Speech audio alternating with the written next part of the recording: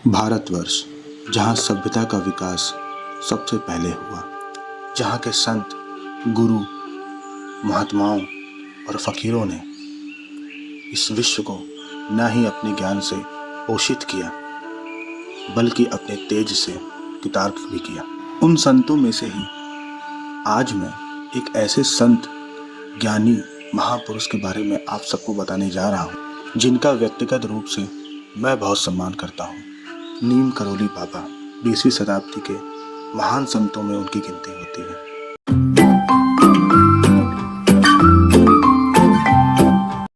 बाबा की कहानी शुरू होती है 1940 के आसपास, जब बाबा एक बार उत्तराखंड के भवाली, जो कि नैनीताल के पास है, वहाँ पर एक सड़क किनारे विश्राम कर रहे थे। तभी दूर उनको एक चरवाहा दिखाई पड़ता है। बाबा बोलते हैं, पूरन पूरन। वो चरवाहा आश्चर्य से पलटता है, बाबा आपको मेरा नाम कैसे पता है? बेटा, मैं तुमको जन्मों से जानता हूँ।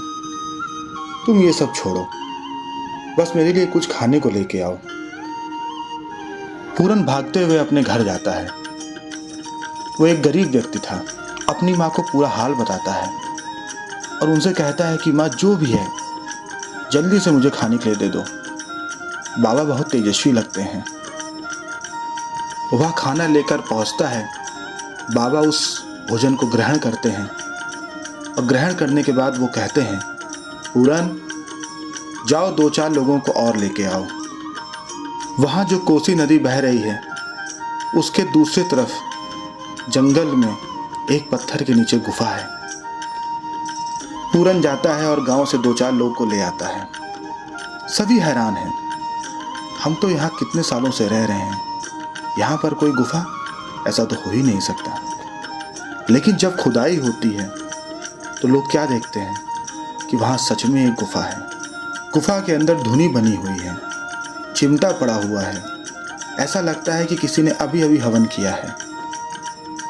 तब बाबा सबको आश्वस्त करते हैं कि यह हनुमान जी की जगह है। सभी गांव वाले बाबा को भगवान समझने लगते हैं।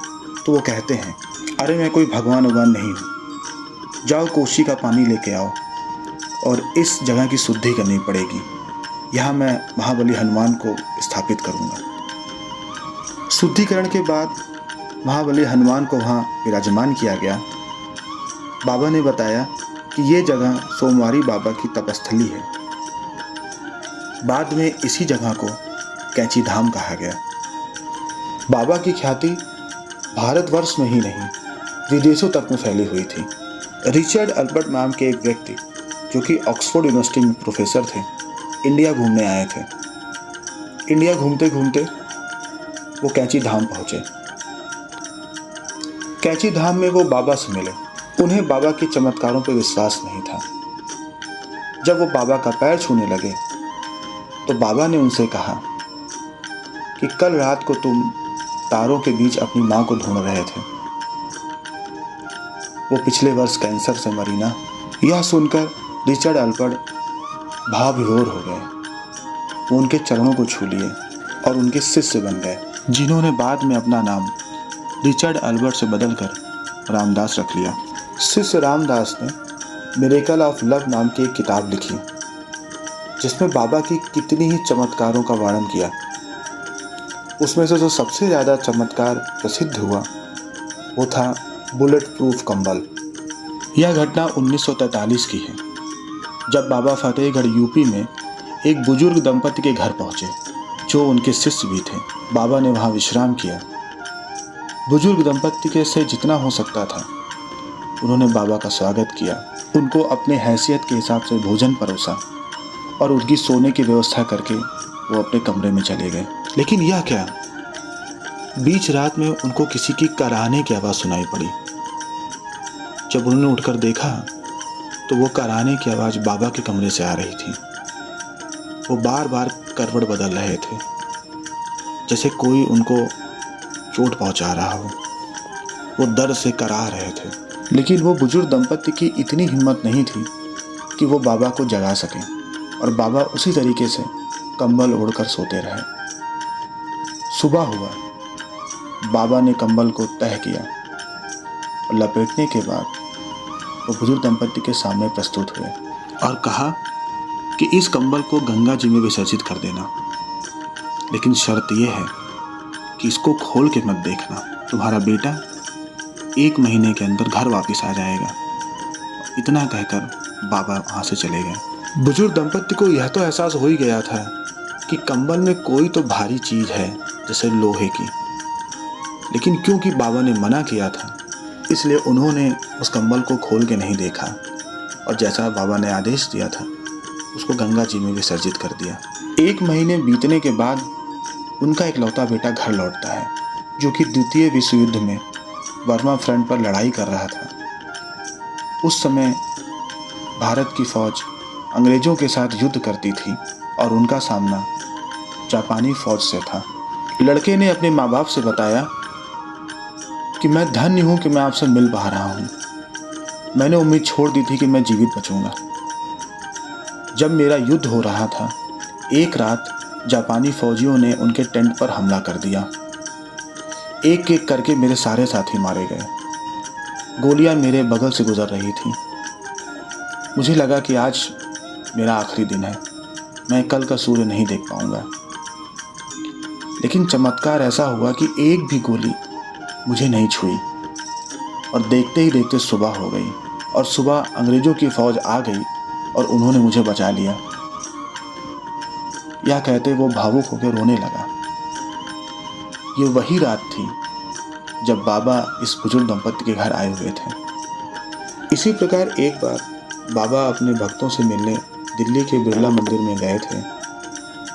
वहां पर भक्तों का तांता लगा हुआ था, जिसमें कुछ बांग्लादेशी भक्त भी थे। उनमें से एक भक्त उनको बड़े ध्यान से देख रहा था। बाबा ने जब उसकी तरफ देखा तो उसको अपने पास बुलाया और बुलाते ही कहा, तुम घबराओ मत, तुम्हारा भाई जेल में है ना, वो वहां से छूट जाएगा और वो तुम्हारे देश का शहंशाह बनेगा। यह बात सुनकर वह शख्स अचंभित रह गया। उसने कहा, बाबा क्या बात कर रहे हैं आप?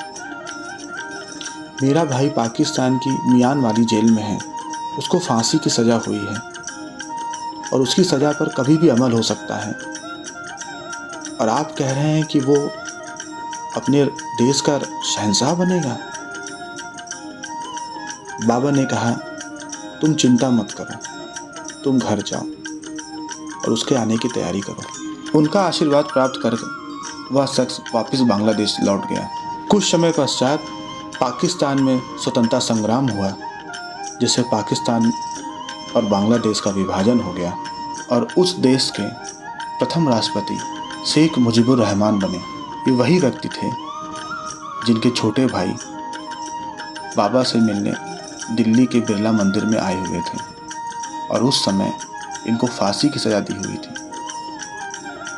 बाबा के चमत्कारों और उनके ज्ञान की ख्याति पूरे विश्व में फैलने लगी थी और उनकी इसी ख्याति को सुनकर 1974 में एप्पल के संस्थापक स्टीव जॉब्स इंडिया आए। उस समय वो डिप्रेशन में थे। उनको समझ नहीं आ रहा था कि वो क्या करें। वो आए तो थे बाबा से मिलने के लिए, लेकिन कैची आकर उनको पता चला कि बाबा का देहांत तो पिछले वर्ष ही हो चुका है। फिर भी वो यहाँ पर रहे और उन्होंने श्रद्धा से बाबा को नमन किया और उनका आशीर्वाद प्राप्त कर वो वापस लौट गए। जब माननीय प्रधानमंत्री नरेंद्र मोदी जी अमेरिका गए हुए थे, वहाँ पर वह फेसबुक के संस्थापक मार्क जुकरबर्ग से मिले।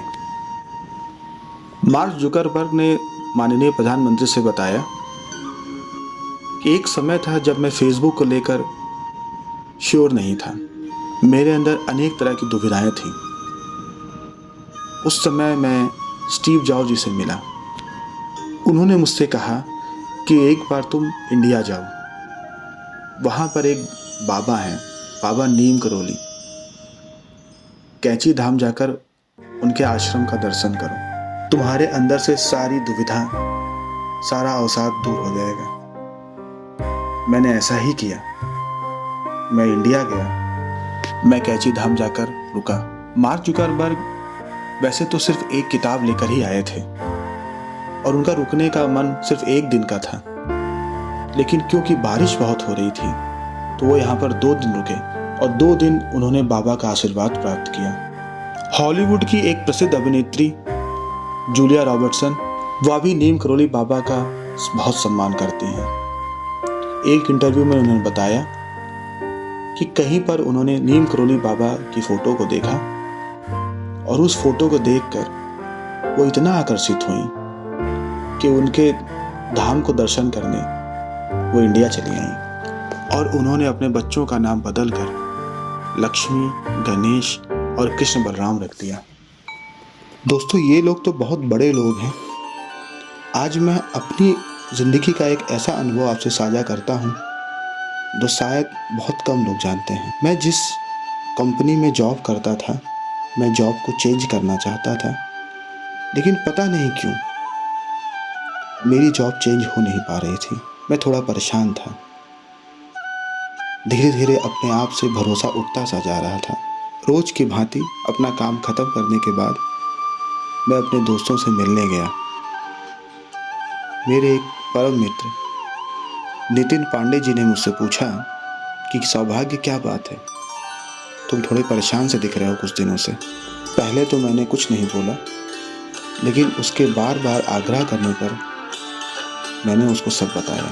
नितिन बाबा नीम करोली के बहुत बड़े भक्त हैं। उन्होंने मुझसे कहा कि एक बार सच्चे मन से तुम बाबा से विनती करो, वो तुम्हारी मांग को जरूर पूरा करेंगे।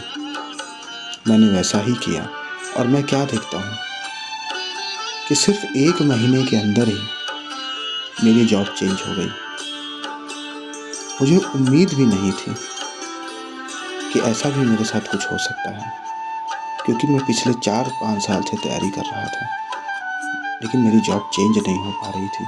तो जैसा कि मैंने मन्नत मांगते वक्त बाबा से कहा था कि अगर मेरी मुराद पूरी हो जाती है तो मैं आपके धाम कैची में दर्शन करने ज़रूर आऊँगा। और मैं नई कंपनी में ज्वाइन करने से पहले बाबा के दर्शन करने को गया कि पिछले 6 महीने में मैं बाबा के मंदिर को 2 बार दर्शन करने जा चुका हूँ। यह बताना इतना अनिवार्य नहीं था, लेकिन यह अनिवार्य इसलिए हो जाता है क्योंकि ये मैंने खुद महसूस किया है कि अगर सच्चे मन से बाबा से कोई बात मानी जाए तो वो हमारी बातों को पूर्ण करते हैं। सभी के पूजनीय नीम करोली बाबा का जन्म 1900 शताब्दी में उत्तर प्रदेश के फिरोजाबाद के पास अकबरपुर ग्राम में हुआ था। उनका असली नाम लक्ष्मण नारायण शर्मा था। वह एक समृद्ध ब्राह्मण के घर पैदा हुए, जिनके पिता का नाम दुर्गा प्रसाद शर्मा था। बाबा ने 11 वर्ष की आयु में ही अपना घर त्याग दिया और वो गुजरात के बवनिया में चले गए, जहां उन्होंने 7-8 साल तपस्या की और उस तपस्या से उन्होंने 8 सिद्धियां प्राप्त की। सिद्धि प्राप्त करने के बाद उनके पिता ने उनसे मुलाकात की और उन्होंने उनसे वापस आने का आग्रह किया। वापस घर लौटने के पश्चात उन्होंने विवाह किया और विवाह से उनको 2 पुत्र और 1 पुत्री रत्न की प्राप्ति हुई। बाबा का नाम लक्ष्मण नारायण शर्मा से नीम करोली बाबा कैसे पड़ा, उसकी भी एक सुंदर कथा है। एक बार बाबा फर्स्ट क्लास में ट्रेन से यात्रा कर रहे थे। टीटी आकर उनसे टिकट मांगने लगा। बाबा ने बोला कि मेरे पास टिकट नहीं है। टीटी ने कहा उतर जाइए। बाबा वहां उतर गए। उसके बाद ट्रेन जब वहां से चलने को हुई, ड्राइवर ने देखा कि ट्रेन तो आगे बढ़ ही नहीं रही है, इंजन स्टार्ट ही नहीं हो रहा है। उसने बड़ी कोशिश की, लेकिन वो ट्रेन को चलाने में असमर्थ था। वो परेशान हो गया, ये क्या हुआ। तब उस टीटी ने ड्राइवर को बताया कि शायद मैंने उस संत महात्मा को नीचे उतार दिया, शायद उसका अभिशाप, उसका प्रकोप है कि यह ट्रेन आगे नहीं चल पा रही है। उसके बाद वह ड्राइवर, वो टीटी और यात्री पापा के पास गए और उनसे विनती करने लगे कि बाबा प्लीज अपने आशीर्वाद से हमको किरदार करिए और इस ट्रेन को आगे जाने की आज्ञा दीजिए। बाबा ने कहा कि मेरी 2 शर्तें, तभी मैं आपको आज्ञा दूंगा। पहली कि आगे से कभी भी किसी संत या महात्मा के साथ ट्रेन में बुरा व्यवहार ना हो, और दूसरी, इस गांव में एक छोटा सा स्टेशन बनाया जाए। उस गांव का नाम नीम करौली था, जो कि यूपी के फर्रुखाबाद जिले के पास स्थित है, जिसकी वजह से लक्ष्मण दास शर्मा जी नीम करौली बाबा बन गए। इस घटना के बाद पूरे विश्व में लोग उनको जानने लगे। कोई उनको नीम करौली बाबा बुलाता, तो कोई हांडी वाले बाबा, तो कोई तिकोनिया बाबा, या फिर कोई महाराज जी। इस घटना का जिक्र रामदास जी की पुस्तक बी हियर नाउ में मिलता है। उन्होंने अपने जीवन में 2 मुख्य आश्रम बनाए, पहला वृंदावन में और बाद में कैंची में। समय के साथ साथ उनके नाम पर 100 से अधिक मंदिरों का निर्माण किया गया। प्रायः वह कैंची धाम से वृंदावन की यात्रा किया करते थे। 9 सितंबर 1973 का वह दिन था। बाबा कैंची धाम से वृंदा को जाने वाले थे। प्रायः वह यात्रा जीप से किया करते थे, लेकिन इस बार उन्होंने ट्रेन को चुना। ट्रेन जब मथुरा पहुंची, उनकी तबीयत बिगड़ने लगी। बाबा ने अपने भक्तों से पानी मांगा और उनसे कहा कि मुझे वृंदावन ले चलो। सभी भक्त आनंद फानन में आश्रम न ले जाकर उनको वृंदावन के रामकृष्ण मिशन हॉस्पिटल ले गए, जहां महाराज जी को ऑक्सीजन दिया गया। जब उनके रक्तचाप की जांच की तैयारी की जा रही थी, तो बाबा ने ऑक्सीजन के ट्यूब को अपने मुंह से निकालकर फेंक दिया और कहा ये सब बेकार है। और उसके तत्काल बाद उन्होंने भगवान का नाम 3 बार लिया, ओम जय जगदीश, ओम जय जगदीश, ओम जय जगदीश। इतना कहते ही उन्होंने अपने शरीर को त्याग दिया। 11 सितंबर को मध्य रात्रि 1:15 पर बाबा ने अंतिम सांसें ली। यह दिन मंगलवार तो था ही साथ अनंत चतुर्दशी का पावन दिन भी था। उनकी मृत्यु के पश्चात उनके शरीर को आश्रम ले जाना था, इसलिए उनके शिष्यों ने लखनऊ, कानपुर, आगरा, नैनीताल और अन्य शहरों में सूचना भेजी। उनके मृत्यु के पश्चात ऑल इंडिया रेडियो ने भी उनकी मृत्यु की घोषणा सुबह और शाम के समाचार में की। यह सुनते ही पूरे विश्व में जैसे एक भूचाल सा आ गया। उनके भक्त वृंदावन और कैंची धाम में उमड़ने लगे। सर्वसम्मति से ये निर्णय हुआ कि बाबा को अग्नि समाधि दी जाएगी। अग्नि समाधि देने के बाद बाबा के फूलों को वाराणसी, प्रयागराज और हरिद्वार जैसे शहरों में विसर्जित किया गया और कुछ फूलों को रख लिया गया, जिसके ऊपर बाद में कैंची धाम में बाबा की एक मूर्ति प्रतिष्ठित की गई। इसी के साथ बाबा नीम करौली की कथा यहाँ समाप्त होती है। चलिए अब बाबा के मंदिर का हम लोग दर्शन करते हैं। इस जगह का नाम कैंची क्यों है? उसका एक महत्वपूर्ण कारण यह है कि यहाँ पर एक बहुत ही तीव्र मोड़ है जो कि कैंची के समान प्रतीत होता है, जिसलिए इस जगह को कैंची कहा जाता है। कैंची धाम पहुँचना बहुत ही आसान है।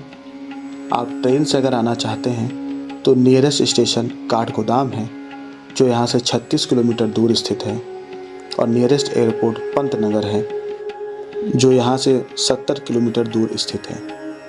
अगर आप नैनीताल जाते हैं तो वहाँ से कैंची धाम की दूरी मात्र 20 किलोमीटर है, और यदि आप काठगोदाम से रानीखेत की यात्रा कर रहे हैं तो कैंची धाम रास्ते में ही पड़ता है, तो आप उतरकर यहाँ दर्शन कर सकते हैं। जय हो बाबा नीम करौली जी की दोस्तों। हम लोग आज जा रहे हैं बाबा नीम करौली के मंदिर यानी कि कैची धाम में दर्शन करने। आइए दर्शन करते हैं। अंदर कैमरा अलाउड नहीं है तो मैं आपको सब कुछ बताऊंगा, लेकिन अंदर के फ़ोटोज़ आपको नहीं दिखा सकता। चलिए दर्शन करते हैं। दोस्तों, ये बाबा के धाम का मुख्य द्वार है जहाँ से मैं अंदर की तरफ प्रवेश कर रहा हूँ। नीचे एक छोटा सा पुल दिखाई पड़ता है। जो ये नदी बह रही है इसको कोसी रिवर कहते हैं। ये एक पहाड़ी नदी है जिसका जल स्तर बारिश में बहुत अधिक बढ़ जाता है और इस पुल को क्रॉस करने के बाद दूसरी तरफ बाबा का धाम है। यहाँ पर बाबा के मंदिर में आने का टाइमिंग लिखा हुआ है, जिसके हिसाब से आप यहाँ पर दर्शन करने आ सकते हैं।